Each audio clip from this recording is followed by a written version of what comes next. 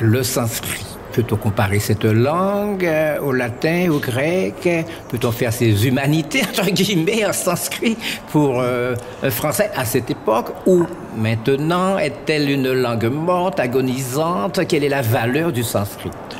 Le sanskrit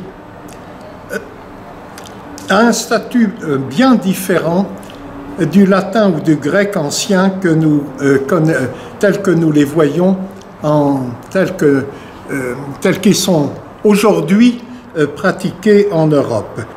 Bon, c'est l'une des 16 langues officielles de l'Inde. Une langue qui est dans plusieurs États, des États du nord de l'Inde, obligatoire, et que les jeunes gens doivent pratiquer jusqu'à environ l'équivalent du brevet chez nous.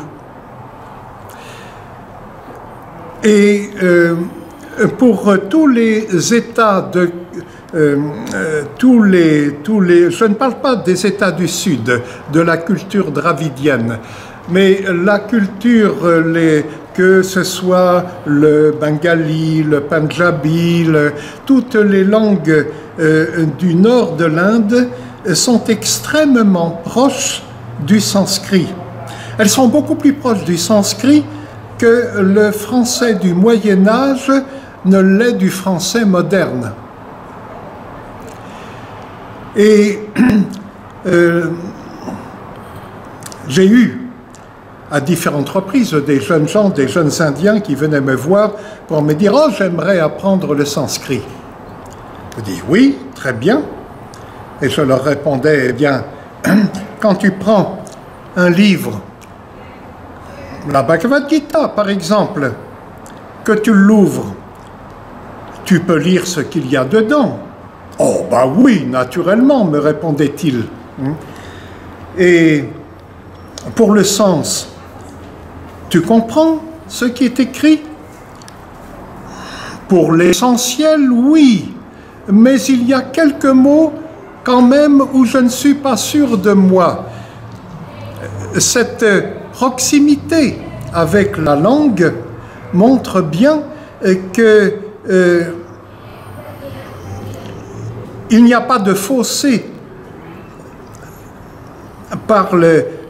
tel que les Indiens eux-mêmes vivent leur langue maternelle et la façon dont ils perçoivent le sanskrit. Il y a une continuité. Pour eux, c'est un passé très proche. Alors que nous sommes devant une langue, je parle du sanskrit classique, qui remonte à 2500 ans. A-t-elle un intérêt autre que rituelique? Alors, elle a toujours un intérêt cultuel, toujours, aussi bien pour les hindous que pour les bouddhistes d'ailleurs, puisqu'en 1850, c'était la langue des lettrés, des érudits. Et dans tous les domaines de recherche, tous les domaines de l'activité humaine, les acquis étaient consignés en sanskrit. Ce qui veut dire que l'on trouve en Inde des bibliothèques d'une extrême richesse, très diverses. Aujourd'hui, il est évident que dans les disciplines scientifiques, l'anglais a progressivement détrôné l'emploi du sanskrit. Mais pour toutes les études littéraires, c'est un passage obligé. Yves Baudron, vous enseignez la philosophie indienne et le sanskrit. Pourquoi corrélez-vous sanskrit et philosophie indienne? Est-ce que le sanskrit peut exister sans l'une ou l'autre ou inversement? C'est difficilement concevable. Dans la haute antiquité indienne, le sanskrit était considéré comme... Le terme même de sanskrit veut dire achevé en perfection. Et cette perfection était associée à la révélation indienne, la Shruti.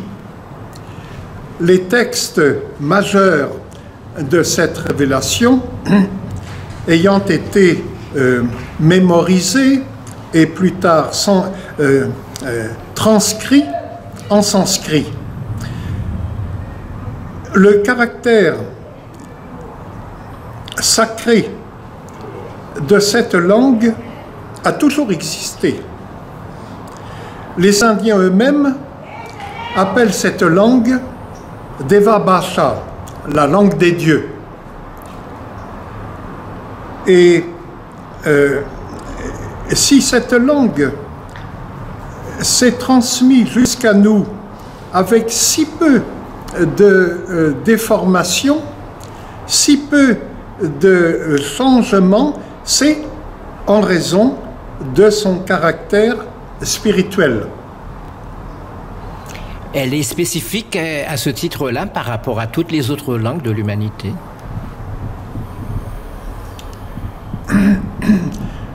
Ce que l'on peut dire, c'est que cette langue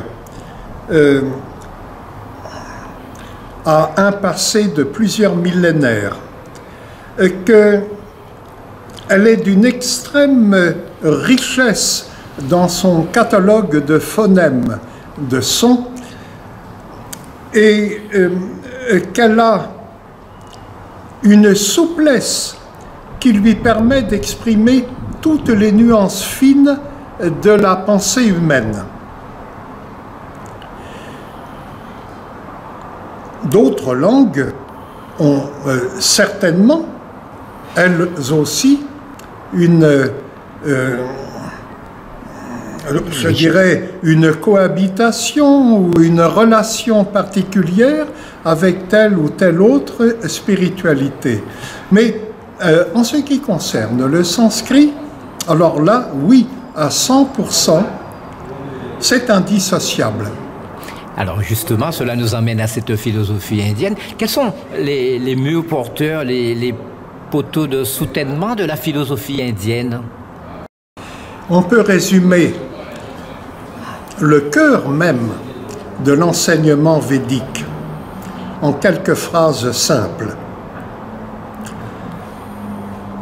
Cet univers qui se déploie devant nous a une réalité sous-jacente. Cette réalité, elle est omniprésente et n'importe qui, aujourd'hui et où nous sommes, peut en prendre conscience, à la condition de s'en donner les moyens. Les moyens étant énumérés par nombre de grands orateurs, Shankara, bien sûr, Adi Shankara, mais bien d'autres également. Les livres sacrés de l'Inde ont-ils été écrits tous en sanskrit? Oui, oui, à l'exception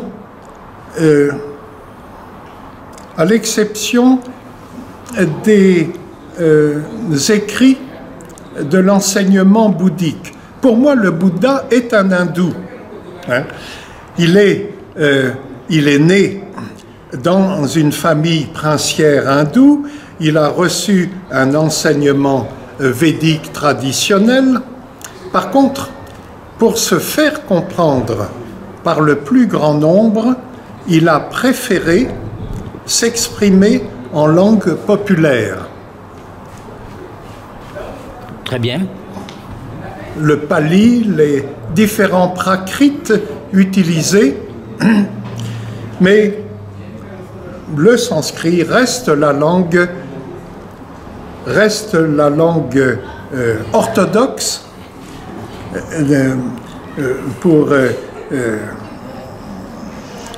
pour